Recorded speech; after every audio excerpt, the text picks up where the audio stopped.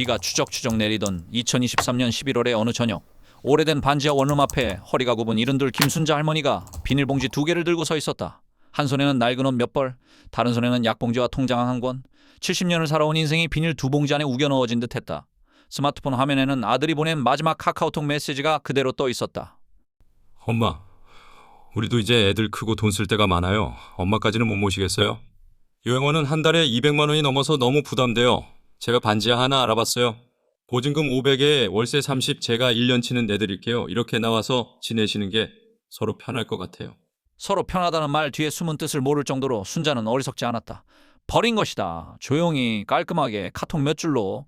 순자는 화면을 꺼놓고 반지하 입구 앞 빗물 고인 바닥을 내려다보았다. 그래, 나 없이도 잘 살겠지. 나 하나 줄이면 집안 살림이 좀 나아지겠지. 입술이 그렇게 움직였다. 눈물을 훔치려다 손등에 닿은 건 빗물인지 눈물인지 구분하기 어려웠다.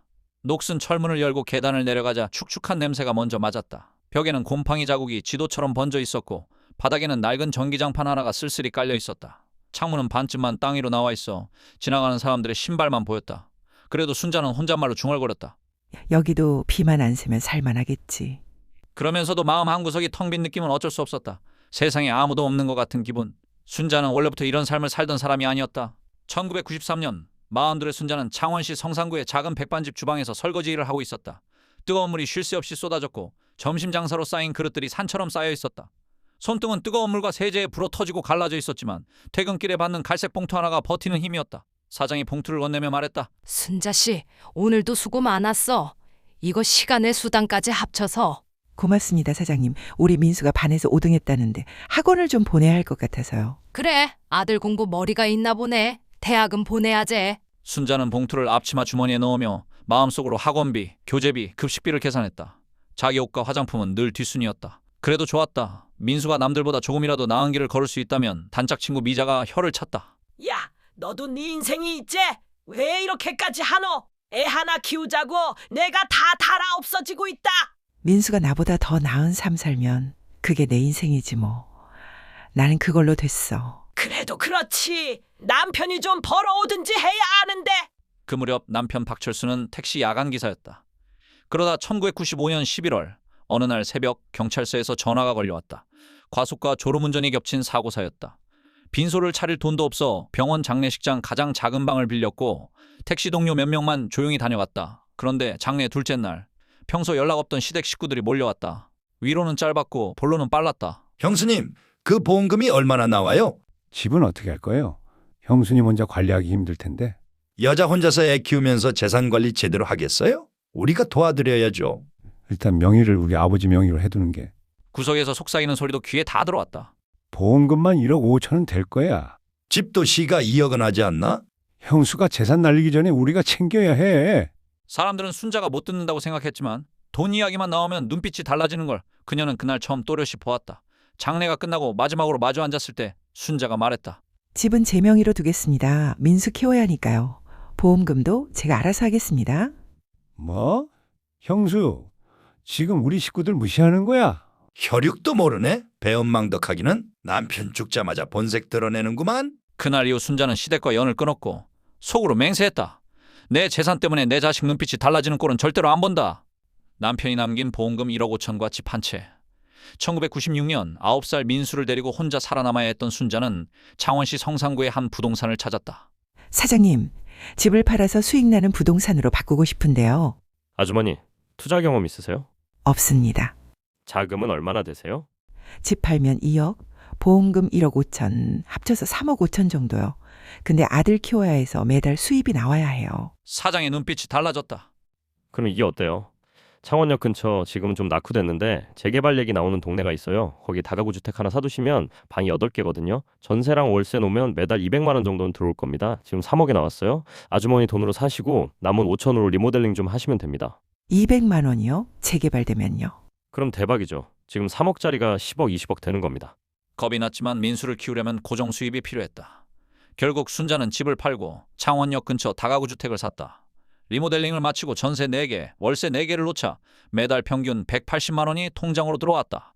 그래도 본인은 설거지, 청소, 마트, 야간 정리까지 쉬지 않고 일했다. 건물 수입은 전부 민수의 미래를 위해 저축했다. 건물 수입만으로는 불안했고 세 받아서 놀고 먹는 엄마라는 인식도 주기 싫었기 때문이다. 1997년 IMF가 터졌을 때 주변 가게들이 문을 닫았지만 순자의 건물은 버텼다. 오히려 집 없는 사람들이 늘어나면서 월세 수요는 증가했다. 2000년대 초 주변 건물이 헐값에 나왔을 때 순자는 대출을 받아 한 채를 더 샀다. 5층에 방 12개. 두 건물에서 나오는 월 임대 수입은 어느새 400만 원 정도가 되었다. 이후 재개발이 본격화되면서 낡은 다가구 두 채는 철거되고 그 자리에 신축 소형 오피스텔이 들어섰다. 2018년 순자는 새 건물에서 15개 호실을 배정받았고 공시지가는 약 42억, 대출을 뺀 순자산은 38억 정도가 되었다. 그래도 겉으로는 방 몇 개 전세 놓고 월세 받는다는 말만 했다. 한편 민수는 2009년 서울 중위권대학 경영학과를 졸업하고 2012년 중견기업에 취직했다. 엄마, 나 취직했어. 연봉 3천 시작인데 곧 오를 거야. 그래, 우리 아들 잘했다. 이제 엄마 걱정은 안 해도 돼. 2016년 결혼할 때 순자는 전세 보증금 1억 5천을 보탰다. 엄마가 해줄 수 있는 건 이게 다다. 대신 나중에 엄마 늙으면 밥만 같이 먹자. 그것만 있으면 돼. 엄마는 내가 책임질 거야. 요즘 누가 부모 버리고 사냐. 걱정하지 마. 그 말은 그때만큼은 진심이었다. 그러나 첫째, 둘째가 태어나고 서울 외곽 32평 아파트를 대출 끼고 사면서 상황이 바뀌었다. 대출이자, 관리비, 교육비, 생활비로 월급은 빠듯해졌고 코로나 이후 지연이 퇴사하자 더 버거워졌다. 허리치료비와 병원비까지 더해지자 지연의 불만이 쌓여갔다. 여보, 솔직히 어머님 계시면 불편한 게 한두 가지가 아니야. 뭐가? 애들 교육도 그렇고 어머님이 자꾸 옛날 얘기하시면서 간섭하시잖아. 병원비도 만만치 않고 회사 언니들한테 말하면 다들 미쳤냐고 해. 요즘 누가 시어머니 모시고 사냐고. 어느 날 지연이 폭발했다. 여보, 나 더는 못해. 어머님 좀 다른 데로 모시자. 요양원이든 뭐든. 요양원이 얼마나 비싼데? 그럼 작은 월세방이라도. 어차피 어머님 국민연금 30만 원 나오잖아. 우리도 생활이 있지. 민수는 결국 어머니에게 조심스럽게 말했다. 엄마, 여기가 좀 좁아서 그런데 엄마 혼자 지내실 수 있는 작은 방 하나 알아볼까? 순자는 피곤해 보이는 아들의 얼굴을 보다가 조용히 답했다. 그래, 알았다. 그렇게 2023년 11월 보증금 500에 월세 30만 원짜리 반지하로 옮겼고 민수는 1년치 월세를 미리 냈다. 자신이 할 수 있는 최선이라고 생각했다. 그 뒤로는 한 달에 한 번 안부 전화, 명절에 10만 원 송금이 전부였다. 국민연금과 기초연금으로 근근히 살아가며 순자는 생각했다. 그래도 내 아들이 날 완전히 버린 건 아니잖아. 월세는 내줬으니까. 그렇게 자신을 달래며 버텼다.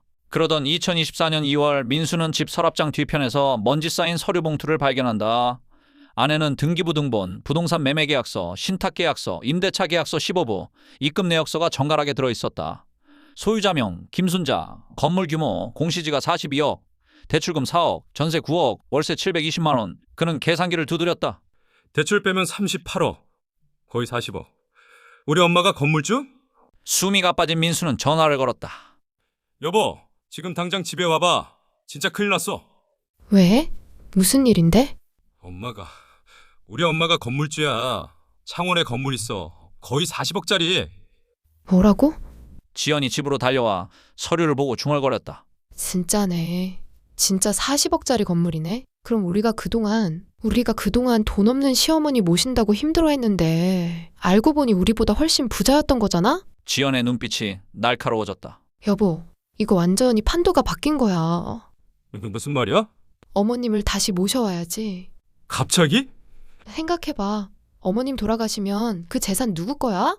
당연히 우리 거잖아. 근데 지금 어머님 혼자 계시고 우리랑 사이도 안 좋잖아. 어머님이 섭섭해서 재산을 기부해버리시면? 그럴 리가. 요즘 그런 사람 많아. 자식한테 섭섭해서 사회에 환원하는 거. 우리 어머님도 혼자 계시면서 그렇게 생각하실 수 있다고. 그럼 어떡해? 일단 모셔와. 엄마가 너무 보고 싶었다. 우리가 잘못했다 이러면서. 그리고 천천히 건물 관리를 우리가 맡는 거야. 건물 관리? 어머님 연세도 있으시잖아. 엄마, 세입자 관리 힘드시죠? 우리가 대신 해드릴게요 하면서 통장, 도장, 임대차 계약서 하나씩 우리 쪽으로 가져오는 거지. 그게 괜찮을까? 뭐가 괜찮냐 안 괜찮냐를 따져? 여보, 이거 거의 40억이야. 우리가 평생 벌어도 못 모을 돈이야. 지금 우리 대출이자에 애들 학원비까지 얼마나 쪼들리는데. 지연의 말에 민수의 마음이 흔들렸다. 며칠 뒤 토요일, 민수는 과일과 영양제를 들고 반지하를 찾아갔다. 엄마! 민수야?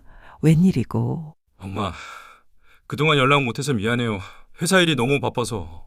괜찮다. 바쁜 거 엄마가 아는데. 들어와라. 곰팡이 냄새와 물새 자국이 가득한 방을 둘러본 민수는 죄책감과 동시에 의문을 느꼈다. 40억이 있으면서 왜 이런 곳에서 살지? 좀 더 좋은 데 가지. 그는 손을 잡고 말했다. 엄마 여기 너무 습하고 춥잖아요. 이러다 허리 더 나빠져요. 괜찮다. 전기장판 켜면 따뜻해. 아니에요, 엄마. 저희가 잘못 생각했어요. 우리 집으로 다시 들어오세요. 지연이도 엄마 없으니까 집이 허전하대요. 애들도 할머니 보고 싶어 하고요. 우리 다시 같이 살아요. 아니다. 너희 힘든 거 엄마가 아는데. 엄마! 민수는 손을 꼭 잡았다. 그때 제가 너무 계산적으로만 생각했어요. 요즘 밤에 잠을 못 자겠더라고요. 날 낳고 키워준 엄마를 이렇게 혼자 계시게 하다니. 제가 사람도 아니죠. 민수야. 엄마, 우리 집으로 가요. 제가 다시 잘할게요. 그래도 나 같은 늙은이를 또 받아주는 집이 어디 있겠노. 고맙다 민수야. 이렇게 다시 동거가 시작됐다. 집에 들어온 순자를 향해 지연도 극진했다. 어머님, 오시느라 힘드셨죠? 이거 무릎 담요예요. 백화점에서 좋은 걸로 샀어요. 바닥이 차가우실까 봐요. 고맙다 며느리야. 그동안 정말 외로우셨죠? 저희가 철이 없었어요. 이제 잘 모실게요. 엄마, 저녁 뭐 드시고 싶으세요? 제가 사다 드릴게요. 엄마, 주말에 우리 다 같이 놀이공원 갈까요? 애들이 할머니랑 같이 가고 싶대요. 순자는 어색했지만 행복했다. 역시 내 아들이네. 한때 마음이 흔들렸을 뿐이지 원래 착한 애였어. 그러면서도 마음속 깊은 곳에 숨겨둔 결심을 떠올렸다. 남편 장례식장에서 본 돈의 눈빛 이후 내 재산 때문에 내 자식 눈빛이 바뀌는 꼴은 죽어도 안 본다고 다짐했던 것.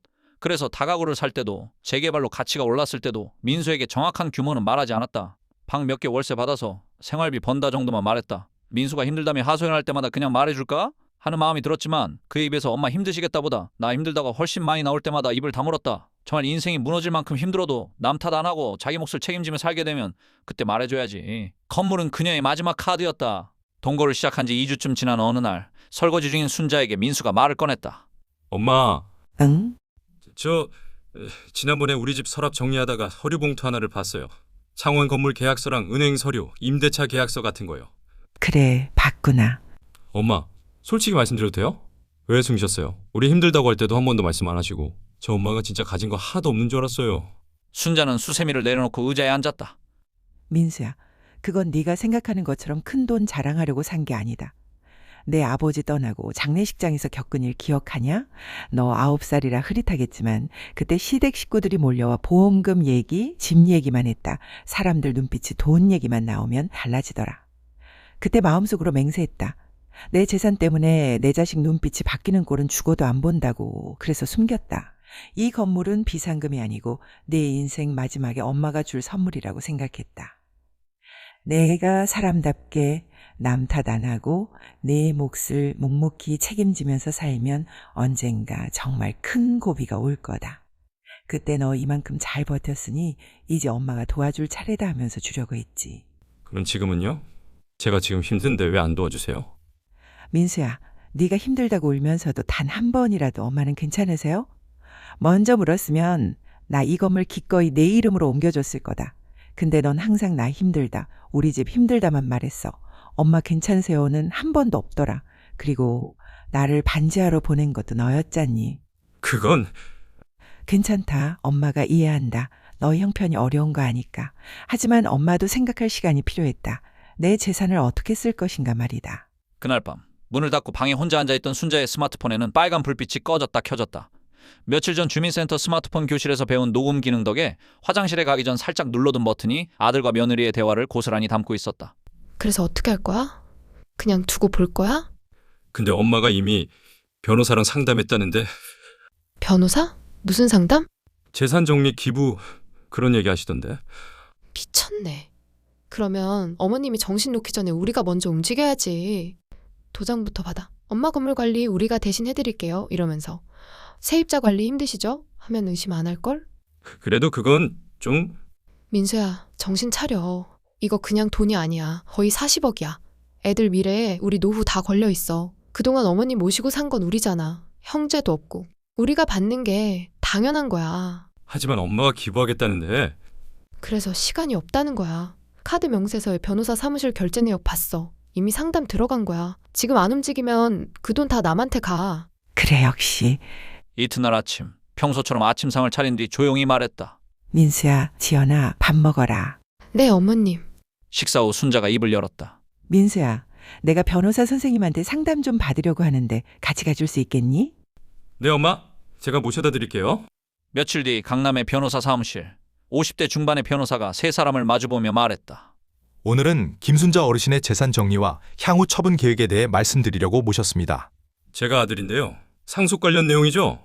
변호사가 책상 위에 유언대용 신탁계약서를 올려놓았다. 민수가 서류를 읽다가 얼굴이 하얘졌다. 창원 건물 지분 85%는 장학재단과 소아암 어린이 후원, 독거노인 지원센터에 귀속, 10%는 아들 김민수에게, 5%는 본인 생활비와 의료비로, 별도 예금 2억은 손주 2명의 교육비 신탁. 이게 뭐예요? 왜 대부분이 다 남한테 가 있어요? 제가 아들인데요? 어르신의 의사입니다. 본인 재산을 어떻게 처분하든 법적으로 자유이십니다. 하지만 이건 말이 안 돼요. 저희가 그동안 얼마나 고생하며 어머님 모셨는데요. 이건 너무한 거 아니에요? 변호사가 노트북을 열어 녹음을 들려주었다. 도장부터 받아. 엄마 위해서라고 말하면 의심도 안 할걸? 거의 40억이야. 우리가 평생 벌어도 못 벌어. 카드값도 안 나오는 마당에 돈도 안 되는 시어머니까지 모시고 사는 게 무슨 효도야? 어머님이 정신 놓기 전에 우리가 먼저 움직여야지. 사무실 공기가 식어갈 때 순자가 조용히 말했다. 민수야, 엄마, 나는 네가 가난해도 사람 마음 하나는 제대로 지키는 아들이었으면 좋겠다고 매일 빌었다. 근데 넌 돈 없는 엄마는 짐이라고 생각해서 반지하러 보냈지. 그러고 나서 내가 건물이 있다는 걸 알게 되니까 그제야 나를 다시 데리러 왔다. 엄마. 그게 아니라 잠깐 욱해서 나온 말이 진짜 속마음이다, 민수야. 그래도 난 내 엄마니까 널 완전히 빈손으로 만들진 않았다. 건물 지분 10%, 약 4억은 내 몫이다. 손주들 교육비로 2억은 신탁해뒀다. 합치면 6억이다. 6억이요? 겨우? 거의 40억 중에 6억이요? 나머지는 다 남주고요? 며느리 겨우? 우리 민수가 평생 벌어도 모으기 힘든 돈인데 겨우라고 하네. 나머지 큰 돈은 부모를 진짜로 모시고 사는 사람들, 그리고 엄마 아빠 없이도 열심히 사는 아이들한테 가야 한다고 생각했다. 변호사가 덧붙였다. 법적으로도 문제 없습니다. 유언대용 신탁은 이미 체결됐고 어르신의 의사는 녹취와 문서로 명확히 남아 있습니다. 민수는 의자에 주저앉으며 물었다. 엄마, 진심이에요? 응. 저희가 정말 잘못했어요. 다시 기회를. 기회는 이미 많이 줬다. 내가 반지하에서 추위에 떨 때 너희는 서로 속삭이며 내 재산 계산하고 있었잖니. 그날 이후 시간이 흘러 2027년 서울병원 대강당에서 김순자 장학재단 장학금 전달식과 소아암 치료비 지원 행사가 열렸다. 학생들과 부모들이 눈물과 웃음으로 상을 받는 모습을 보며 맨 뒤에 서 있던 민수는 조용히 생각했다. 엄마가 살아계셨다면 얼마나 좋아하셨을까. 1년 전 75세의 나이로 세상을 떠나기 직전 병실에서 순자가 그의 손을 잡고 말했었다. 민수야, 엄마가 내게 물려주고 싶었던 건 돈이 아니었어. 엄마, 사람답게 사는 마음이었는데 너는 끝까지 그걸 못 알아봤구나. 그것이 마지막 말이었다. 몇 년 후 장학재단은 매년 100명 넘는 학생에게 장학금을 주고 수백 명의 소아암 아이들을 도우며 독거노인 지원센터까지 운영하게 되었다. 진짜 위대한 분이시네요. 요즘 이런 어르신이 어디 있나요? 자식들은 뭐 했길래 할머니가 이렇게 하셨을까요? 기사 댓글을 볼 때마다 민수는 화면을 끄고 고개를 숙였다. 그러던 2035년 가을 20살이 된 아들 준호가 외쳤다. 아빠, 나 붙었어. 서울대 의대.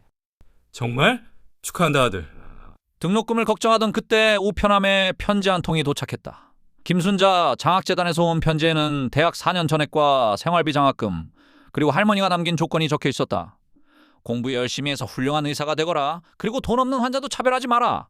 사람 마음을 돈으로 계산하는 의사가 되지 마라. 편지를 읽던 민수의 눈에서 눈물이 떨어졌다. 엄마. 그날 밤 그는 아이들을 불러 말했다. 준호야, 서연아. 응? 너희 할머니 얘기 좀 해줄까? 응? 듣고 싶어. 민수는 엄마가 어떤 삶을 살았는지, 어떻게 건물주가 되었지만 그 사실을 숨기고 왜 재산을 사회에 환원했는지 차근차근 이야기했다. 할머니는 아빠를 시험하신 거야. 아빠가 진짜 효자인지 아니면 돈을 보는 자식인지. 그래서? 아빠는 떨어졌어, 완전히. 할머니가 돈이 없다고 생각했을 땐 짐이라고 여겼거든. 그래서 반지하러 보냈어. 근데 나중에 건물주라는 걸 알고 나서야 다시 모셔왔지. 그게 얼마나 못된 짓인지 아빠는 너무 늦게 깨달았어. 그러니까 너희는 제발 아빠처럼 살지 마라. 사람을 돈으로 계산하지 마라. 특히 부모를. 알았어, 아빠. 할머니가 준 장학금은 돈 이상의 의미야. 사람답게 살라는 마지막 가르침이야. 아빠, 나 나중에 의사 되면 무료 진료 많이 할 거야.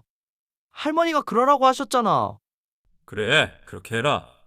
나도 나중에 선생님 되면 돈 없는 애들 무료로 가르쳐 줄 거야. 그래, 우리 애 잘 크고 있네. 시간이 더 흘러 2045년 김순자 할머니가 세상을 떠난 지 20년이 되는 해 창원역 앞 광장에 세워진 동상 제막식에서 수백 명의 사람들이 말했다. 할머니가 아니었다면 저는 대학도 못 갔을 거예요. 할머니 덕분에 수술을 받고 살았어요. 할머니는 제 인생의 은인이세요. 그 뒤편에서 조용히 눈물을 훔치던 남자에게 한 청년 의사가 다가왔다. 혹시 김순자 할머니 아드님이세요? 네, 그런데요? 저는 할머니 덕분에 의대 갔어요. 지금은 창원병원에서 소아암 전문의로 일하고 있습니다. 할머니가 안 계셨으면 전 고등학교도 못 나왔을 거예요. 정말 감사합니다. 할머니께서 저를 살려주셨어요. 아니에요. 제가 감사합니다. 우리 엄마의 뜻을 이어주셔서. 집으로 돌아오는 기차 안에서 민수는 생각했다. 엄마, 이제 알겠어요. 엄마가 저한테 주고 싶었던 건 돈이 아니라 삶의 방향이었죠. 사람을 돈으로 보지 말고 마음으로 보라. 부모를 짐이 아니라 은인으로 여기라. 나보다 남을 먼저 생각하라. 그게 진짜 부자로 사는 길이라는 걸. 서울역에 도착했을 때 아들 준호에게서 문자가 왔다. 아빠, 오늘 무료 진료 봉사 다녀왔어. 할머니 생각나더라. 할머니가 자랑스러우실 것 같아. 사랑해, 아빠. 민수는 눈물을 머금고 웃었다. 엄마, 손주는 제대로 크고 있어요. 엄마 닮아서요? 권선징악의 옛날 이야기 속 말인 줄 알았던 그는 이제 안다. 선한 마음을 지키려 했던 엄마는 죽어서도 수많은 사람에게 빛이 되었고 욕심에 눈이 멀었던 아들은 평생 그 빛 아래에서 자기 그림자를 보며 살아가게 되었다. 그것은 어떤 형벌보다 깊은 벌이었지만 동시에 늦게나마 깨달을 기회를 준 은혜이기도 했다. 부모를 돈으로 계산하는 순간 효도는 사라지고 마음은 메말라간다. 하지만 부모를 마음으로 섬기는 순간 비로소 진짜 부자가 된다. 그것이 김순자 할머니가 평생에 걸쳐 남긴 가장 큰 유산이었다.